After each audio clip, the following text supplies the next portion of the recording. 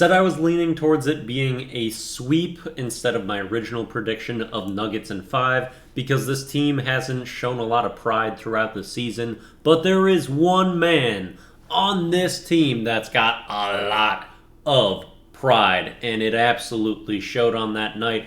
Anthony Edwards. I don't care what takeaways you want to grab from that game, from this season. There's endless negatives that you can draw, and I certainly do so, and I have those in my mind. But another takeaway you have to have is that Anthony Edwards is the guy, and he is that special. He's special right now at 21 years old, and all signs point to him being special for an extremely long time. You see his game absolutely translating to the playoffs, and he is stepping up in these moments unafraid. Watching him out there, all of me just feels like he's going to be a big-time playoff performer for a long time, and I hope it stays here in Minnesota. I want him as long as we can have him. He's got to be the number one priority of this franchise for as long as he's with us.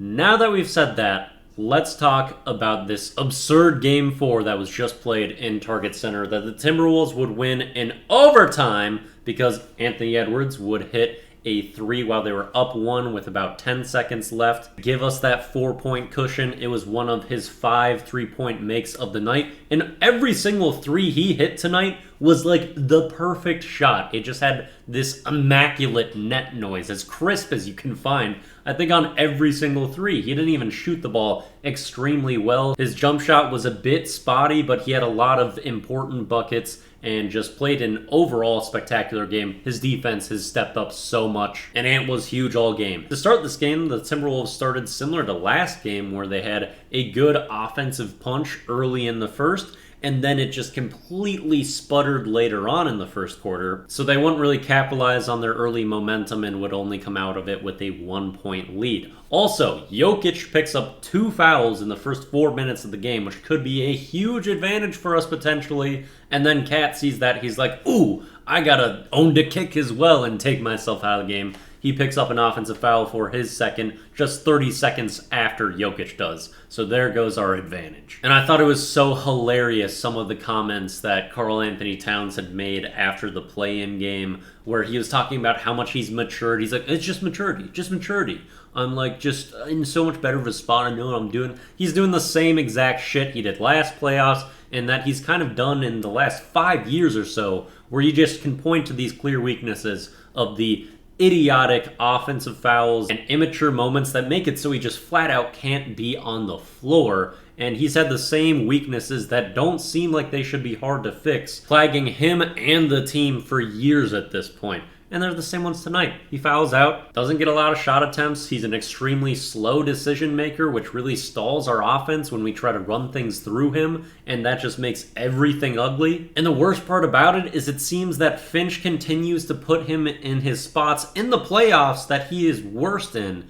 And I just can't put it together because Finch has also been the person who has utilized Towns best and got him at its best. But in playoff ball, Finch is putting him in his worst spots, and it's blowing my mind every single time. And Finch has got to be out, I gotta say. And I'll mostly touch on that reasoning towards the end of this game, but there's a lot of little things that our bigs should be able to take advantage of and that should be good for us that never really are. Like you can see Aaron Gordon running in transition and sealing smalls, so he just gets these really easy buckets. And Gordon is a much smaller player than either of our bigs, but he just gets so many easy ones for his team by doing that. And that's not something that we do with our ultimate size on the floor. It would be kind of an up and down second quarter that the Nuggets would end strong, so they'd have a 4-point lead going into the second half. Then the Wolves would have a rough start to the third quarter, which is scary times for this team. That's their nightmare quarter. Karl Anthony Towns picks up another offensive foul 3.5 minutes into that half to go to the bench yet again. The Wolves go down by 9, and the energy completely is absent in the building. Then we get a superstar stretch stretch from Anthony Edwards to make it so that third quarter is actually a positive for the Wolves and we get all the momentum going so that they'll actually win the quarter by 6 points. Also did a lot of work in transition, and Kyle Anderson can be thanked for that too. Had a couple steals leading to coast-to-coast baskets for him. Anthony Edwards actually had hit Kyle Anderson in the eye trying to go for a block, and Slow-Mo would leave the game after that and not return with, I believe, an eye laceration, they said it was. But Slow-Mo had a lot of big defensive plays and an efficient scoring night for us, and he was great in his minutes.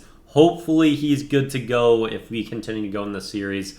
But realistically, this series is lost. I mean, it's 3-1. And teams are 148-0 when they have a 3-0 series lead. So I don't think we're pulling this one all the way back against the Nuggets. I thought Gobert also had a really solid night tonight. Did not shut down Jokic, as I kind of have been saying all year. He's not going to completely eliminate the elite bigs he goes up against. That hasn't happened all year, but I thought he made a lot of kind of subtle, effortful plays and was kind of just doing the dirty work all night. Not massive production out of him, but I feel like he played within himself and was really good for us. Timberwolves would stay in control for just about that entire fourth quarter. So much so, they've got a 12-point lead with less than 3 minutes remaining in the game, which you've got to think, this is a done deal if you don't watch this Timberwolves team. Because they choke all of that away in just over 2 minutes. It was abysmal to watch. They were getting great looks just about instantly and completely punishing this team. And the Wolves continued to exhibit the disgusting, pitiful, slow, sloppy late game execution that our offense is every single game. We don't run anything productive late game. It's ISO, a star on the wing, and see what happens. Everyone's staying around. Let's chuck up a trash shot and get punished on the other end. You're just passing responsibility at Ewing for a star to bail you out with a completely heroic play, but it's just not sustainable. And you go up against a good team, and you get completely screwed. Timberwolves actually probably should have lost that game. Jokic misses a free throw at the end of regulation with 13 seconds left that would have given them the lead, and the Wolves missed their last shot at the end of regulation, so they probably would have won, and this series would have been over. And the Wolves were lucky that even went to overtime with the enormous advantage that they had with less than 3 minutes to go in that game. And then in overtime this year, the Nuggets were 3-0, the Wolves were 1-4, just another demonstration of how terrible we have been in late stretches of games this year and how prone we are to blowing leads, which is one of the main reasons I think Finch seriously has to go. But we get some big plays in that one, especially from Nickeil Alexander-Walker, who didn't have a big explosive game but was extremely clutch with 2 threes in that overtime, takes a charge, was frantic chasing around Murray on defense, and his effort was so great. Also want to say with Na, he's a really good pick and roll player. I think we saw that a little bit more early when he joined the Wolves, and he can handle, he can pass, he can navigate pick and rolls. I think that's something we need to look to in the future with him, hopefully going forward with this team, because yes, he can be good with 3 and D, but there's more leaps that can happen in his game, and we hope that happens with Nickeil. We hope it's with the Timberwolves. Really like what he's done, and he was instrumental in closing out that game along with the Anthony Edwards dagger 3, and they got anted. And also so humble and giving the credit to everyone that he can in the post-game interviews. Just has infectious joy and positivity, and he is such a great leader. He is the core. Oh, that game was still painful, but we got Ant. Future can still be bright.